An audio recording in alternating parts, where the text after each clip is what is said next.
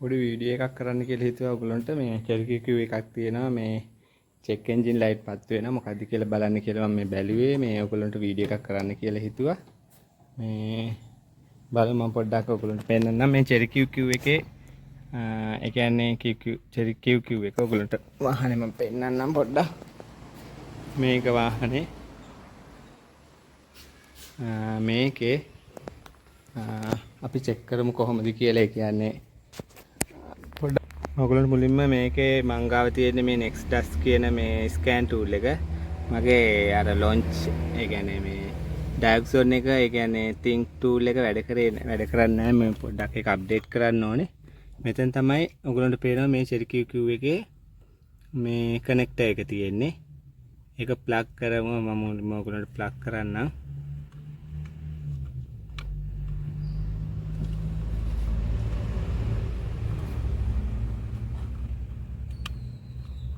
Plug කරා ඔයගොල්ලන්ට පේනවා මේකේ රෙඩ් ලයිට් එක ඉන්ඩිකේට් වුණා.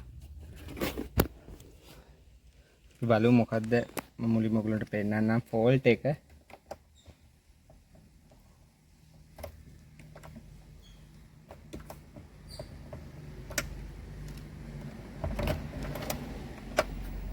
ඔයගොල්ලන්ට පේනවා මේකේ මෙතන චෙක් එන්ජින් බල්බ් එක පත් වෙනවා.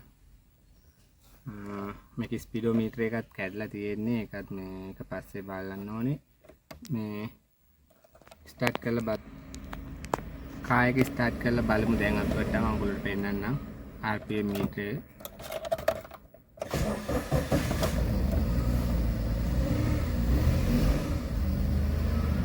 ඔයගොල්ලන්ට පේනවා මේ කූලින් ෆෑන් එක කන්ටිනියස් ඔන් වුණා. දැන් එන්ජින් එක ස්ටාර්ට් කරා විතරයි. ඔයගොල්ලෝ දැක්කා දැන් ස්ටාර්ට් කරේ. ඔයගොල්ලන්ට මම පෙන්නන්නම් කූලින් ෆෑන් එක. ඒකේ කම්ප්ලේන් එක තමයි කූලින් ෆෑන් එක හැමතිස්සෙම ඔන් වෙලා තියෙන්නේ. ඔයගොල්ලන්ට පේනවා මෙතන කූලින් ෆෑන් එක ඔන් එකේ තියෙන්නේ. කස්ටමර් කිව්වේ ඒක තමයි වෙන දෝෂයක් නැහැ කිව්වා. දැන් මම ඔයගොල්ලන්ට ස්කෑන් කරලා පෙන්නන්නම්. දැන් අපි බලමු මේක ස්කෑන් කරලා කොහොමද වෙන්නේ කියලා. මම ස්ක්‍රීන් රෙකෝඩර් එක ඔන් කරා. මම ඔයගොල්ලන්ට මේකේ පේනවා මේකේ next dash කියන එක තමයි මම මේ තෝරන්නේ. මේ යට වම් පැත්තේ තියෙන එක. ඒක තමයි මේකේ software එක. මම මේක මේ තාම මොනවද දාලා නැහැ. මේකේ China brand cherry එක තමයි මම දැන් ඔයගොල්ලන්ට යන්නේ cherry එකේ. මම මේ first time තමයි මේ cherry එකක් කරන්නේ. මේකේ මමත් ඒ වෙලේ එන විදිය බලලා තමයි කරන්නේ basic function. මේක QQ එකක්. මම මේකට QQ3 කියන එක දානවා. system selection key එක on කරලා නැහැ. key එක on කරා. engine control system මම මේකේ පළවෙනි එක දීලා බලනවා. මට ඕනේ මේකේ fault code එක බලා ගන්න තමයි. fault code reading fault code ඔයගොල්ලෝ පේනවා engine coolant temperature circuit input high කියලා පෙන්නනවා. erase කරලා බලමු. erase කරා fault code එක. yes fault code command send. clear fault code command send. okay කරා ආපහු read කරලා බලමු. ඔයගොල්ලන්ට පේනවා මේකේ fault code එක erase වෙන්නේ නැහැ. මම පොඩ්ඩක් data stream ගිහින් බලන්නම්.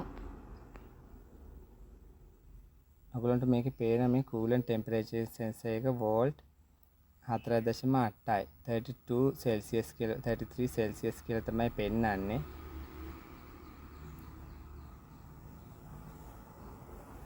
මෙතන ඔයගොල්ලන්ට පේනවා මේ coolant temperature එක. ඒක 4.8යි volt කියලා පෙන්නනවා. coolant temperature 33 කියලා පෙන්නනවා. බලමු මම ස්ටාර්ට් කරලා check engine light එක කොහොමද කියලා ඔයගොල්ලන්ට බලා පෙන්නන්නම්.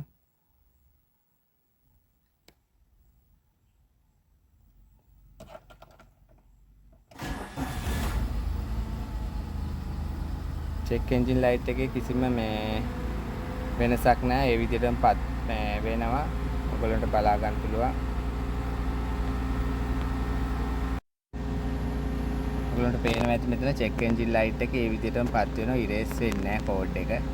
බලමු දැන් මොකද්ද මේ ඒ කියන්නේ check engine light එකේ අපිට පෙන්වන්නේ coolant temperature එක. බලමු මේ මම ඔයගොල්ලන්ට ගිහින් පෙන්නන්නම්. කායක මම දැන් මේ අප පොඩ්ඩක් data stream වලට යන්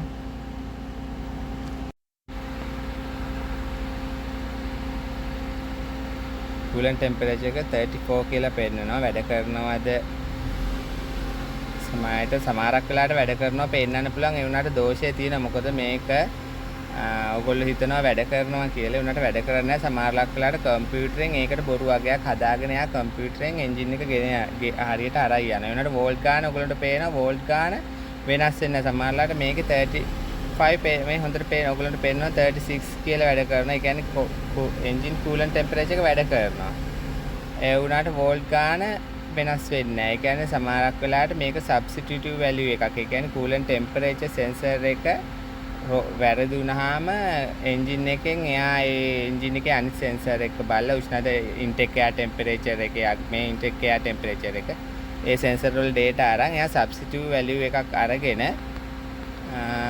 මේක වැඩ කරනවා. ඒ වුණාට වෝල්ට් ගාන මොකද වැරදි හේතුව වෝල්ට් ගාන වෙනස් වෙන්නේ නැහැ. මොකෝ එන්ජින් එක ඒ විදිහටමයි තමයි. ඒ කියන්නේ කූලන්ට් ටෙම්පරේචර් එකේ මොකක් හරි දෝෂයක් තියෙනවා. ඒ කියන්නේ අපි තුන් වයර් මොන හරි වෙලා වෙන්න පුළුවන්. කූලන්ට් ටෙම්පරේචර් එක ඩැමේජ් වෙලා වෙන්න පුළුවන්.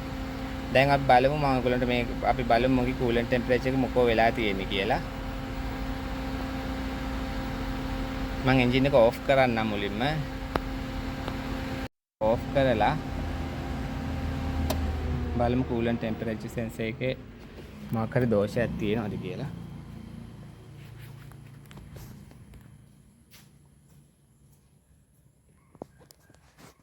QQ මමත් ඇත්තටම මේ කරලම නෑ කොහෙද තියෙන්නේ මොනවද තියෙන්නේ කියලාවත් දන්නේ නෑ.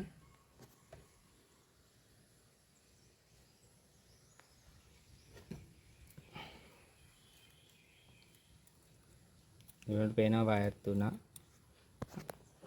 හරි අපිට දැනට ෆෝල්ට් එක හවු වුණා.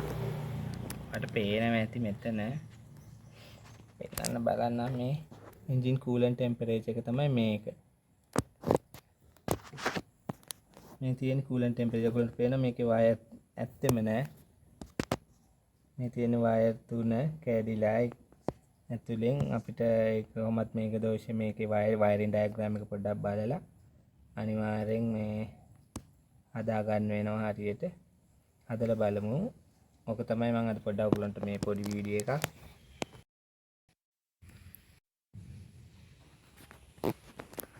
මම මේක පොඩ්ඩක් රිපෙයාර් කරලා අපව ඔයගලන්ට වීඩියෝ එක පොඩ්ඩක් දාලා බලන්නම් වෙලා තිබ්බොත් නැත්තම් අනිවාර්යෙන් ෂුවර් එකට ඉතින් ඒක තමයි එන්ජින් ලයිට් එක පත් වෙන්න හේතුව.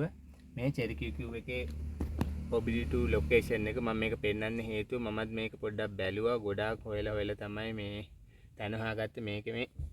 මේකේ තියෙන්නේ ග්ලෝ බොක්ස් එකේ ඒ කියන්නේ කේරවලේ මේ අයිනේ තමයි තියෙන්නේ. ඉතින් වැදගත් වේ Cherry QQ තියෙන අයට. හරි වීඩියෝ එක මම එහෙනම් මෙතනින් පෝස්ට් කරනවා. මම පුළුවන් දැන් ECT එකේ ඔයගොල්ලෝට පේනවා වයර්ස් ටික සෙට් කරා. පොඩ්ඩක් ටෙම්පරරි සෙට් කරේ. ටෙම්පරරි සෙට් කරලා පොඩ්ඩක් බලනවා කායක ස්ටාර්ට් නොකර කොහොමද මොකද්ද වෙන්නේ කියලා. චෙක් එන්ජින් ලයිට් එක කොහොමද කියලා බලනවා. කියන්නේ පස්සේ මම හරියට ඒක සෙලෝ ටේප් කරලා ඒක මේව කරනකම් මුලින්ම හරියට මේක කන්ෆර්ම් කරගන්න. මොකෝ වයර් කියන්නේ වයර් තුන හරියටම කනෙක්ට් ඒ කියන්නේ හරි ඒ කියන්නේ අවශ්‍ය වයර් ඒ කියන්නේ ECU එකට යනවා. ඉතින් මාරු වෙන්න බෑ. ඒකයි මම මුලින්ම එන්ජින් එක ස්ටාර්ට් නොකර මම පොඩ්ඩක් බලනවා කොහොමද බලමු ස්කෑන් ඩේටා වලින් මොකද්ද වෙන්නේ කියලා.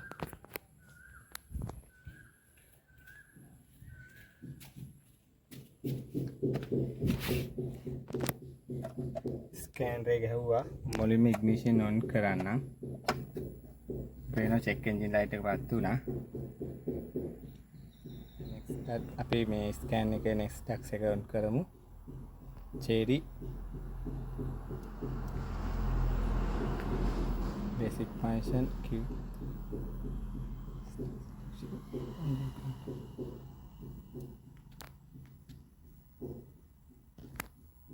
fault code මම මුලින් බලනවා reading fault code බලමු erase වෙනවද කියලා. erasing fault code yes clear fault code command send reading fault code no diagnosed travel code දැකද ඔයගොල්ලන්ට පේනවා erase වුණා.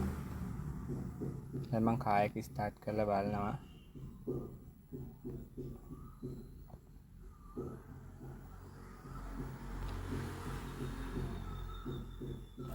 ආයෙක ස්ටාර්ට් කරලා බලමු. ඔයගොල්ලන්ට මම පෙන්නන්නම් චෙක් එන්ජින් ලයිට් එක ඉරේස් වෙලා තියෙනවා. දැන් ඔයගොල්ලන්ට පේනවා මේකේ වෝල්ට් ගාන බලන්නකෝ. වෝල්ට් ගාන ඔයගොල්ලන්ට පේනවා ඇති මෙතන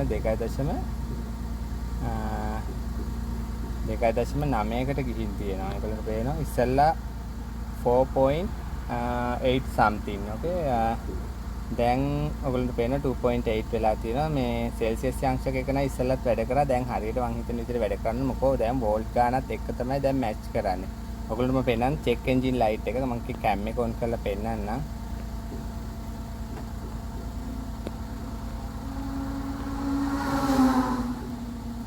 ඔයගොල්ලන්ට පේනවා ඇති මේකේ ඩෑෂ්බෝඩ් ලයිට් ඔන් කරලා පෙන්නන්න.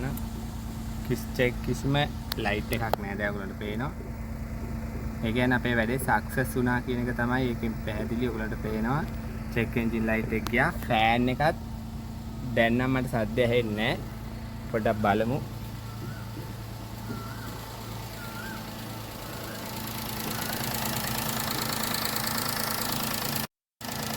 දැන් ෆෑන් එක ඇත්තටම වැඩ කරනවා. මේ ඔයගොල්ලන්ට පේන වැඩ කරන්නේ. ඔයගොල්ලන්ට පේන ඇති මේකේ ෆෑන් එක මම ඔයගොල්ලන්ට පෙන්නන්න. දැක්කද ෆෑන් එක? ඒ කියන්නේ තාම දැන් හරියට සිස්ටම් එක හරිය මම මේක තාම 100%ක් මේ කන්ෆර්ම් කරේ. ඒ කියන්නේ මේක දැන් මම වයරින් ගැන හරියටම දැන් කන්ෆර්ම් මොකද චෙක් එන්ජින් ලයිට් එක ඕෆ් වුණා. ඉතින් ඔයගොල්ලෝ දෙයක් ඉගෙන ගත්තා කියලා හිතනවා. මේක මම ලයිව් වීඩියෝ එකක් කරේ. ඉතින් ඔයගොල්ලන්ට මේ ඇත්තටම මම රට යන්න ඉන්නේ තව සතියක් දෙකක් වගේ ඇතුළත. ඉතින් මම කොහොමද මේ රට යවෙනවා. ඊට පස්සේ මම ඔයගොල්ලන්ට වීඩියෝ ටිකක් වැඩිපුර දාන්නම් කොහොම හරි අනිවාර්යයෙන්. මට ඉතින් පුළුවන් විදියට අනිවාර්යෙන් මේ වීඩියෝ දානවා. ඔයාලට මේ වීඩියෝ එක හොඳයි කියලා හිතනවා අනිවාර්යෙන් මේ ලයික් කරන්න, කමෙන්ට් කරන්න. අලුත් එක්කෙනෙක් අනිවාර්යෙන් සබ්ස්ක්‍රයිබ් කරන්න. ගොඩාක් ස්තුතියි ඔයාලා හැමෝටම මගේ channel එක බලනවට. එහෙනම් ඔයාලා හැමෝටම සුබ දවසක් කියලා මම අද මේ වීඩියෝ එකෙන් නතර වෙනවා.